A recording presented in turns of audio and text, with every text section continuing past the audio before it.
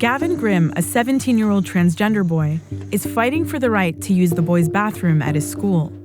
The case has gone all the way to the Supreme Court, which will decide as early as Friday whether to take it up. Antonia Hylton traveled to Eastern Virginia to meet the new national face for trans rights. Hi. Hi. Oh my goodness. Hi, baby. Hi. That's her hello noise. She only makes that noise to say hello. Are you gonna do it? Gavin, who lives with his family on the outskirts of Gloucester, Virginia, began transitioning from female to male in 2014. His family quickly notified Gloucester High School of his gender and name change. Initially, I had asked to use the nurse's bathroom because I was terrified of my peers' reaction and quickly realized that it was super cumbersome to go from my classes in this large school and go to the nurse every time I needed to use the restroom. I went to my principal and I said, "Hey, can I use the boys' room?" And he said, "Yeah, I don't see why not." That school year, Gavin used the boys' bathroom for nearly 2 months without any problems. How have your friends been? Are they supportive of you? From my close friends, again, we don't make a big deal out of it. I'm just Gavin. We make the same jokes as we always do. You know, we just pal around. It doesn't matter. For I think, larger percentage of my classmates, I'm either treated with an uncomfortable distance. I'll sit down and they'll move to the other side of the room. As news spread through the school that Gavin was using the boys' bathroom, some parents came forward with complaints. The school board made Gavin a meeting agenda item and only told the family at the last minute.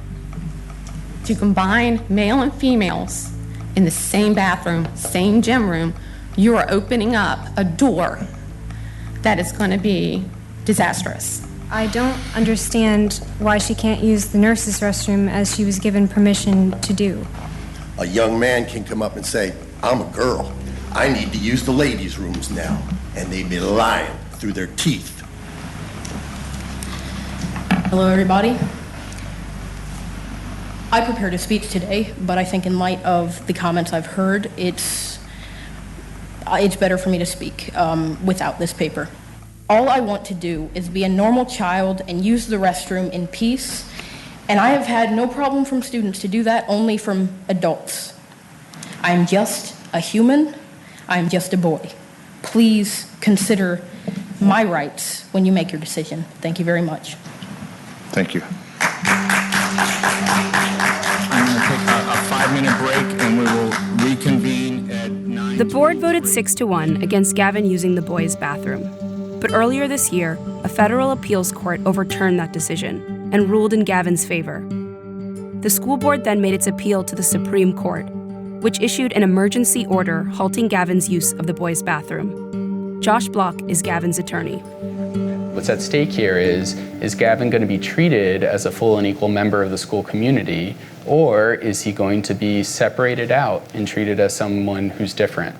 I can't imagine what it would feel like to be told that the United States Supreme Court thinks that the prospect of you using the bathroom is such an emergency that they have to issue an emergency order to stop it. Oh yeah, this is a good vision of a day in the life. Gavin's parents, who have been supportive of him throughout the legal battle, say they are worried about the toll that it's taken on their son. I feel the same way about my kid as everybody feels about theirs. Why should my child not have the same rights as your child?